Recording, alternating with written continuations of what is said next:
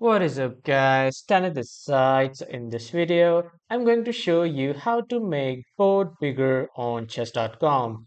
First off, head over to Google or any browser and then in the search bar type in chess.com. After that, you'll be redirected to this page of chess.com wherein on the left side you will see two options of login and sign up. So if you are new to chess.com, simply click on sign up and then sign up with your email, password and other credentials to create your new chess.com account. But if you already have a chess.com account, click on login and then you will be automatically logged into chess.com. Now, after signing up or logging in, at the top, click on this play button. And after that, the chessboard will appear here.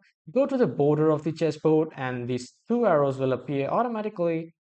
Click on the mouse and then from here you can just scroll up to the left to make the board size smaller and then bring it back to the right to make the size bigger.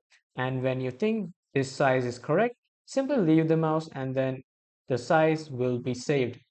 And this is how you can make the board bigger and smaller on chess.com. That was all for this video, everyone. Thank you for watching.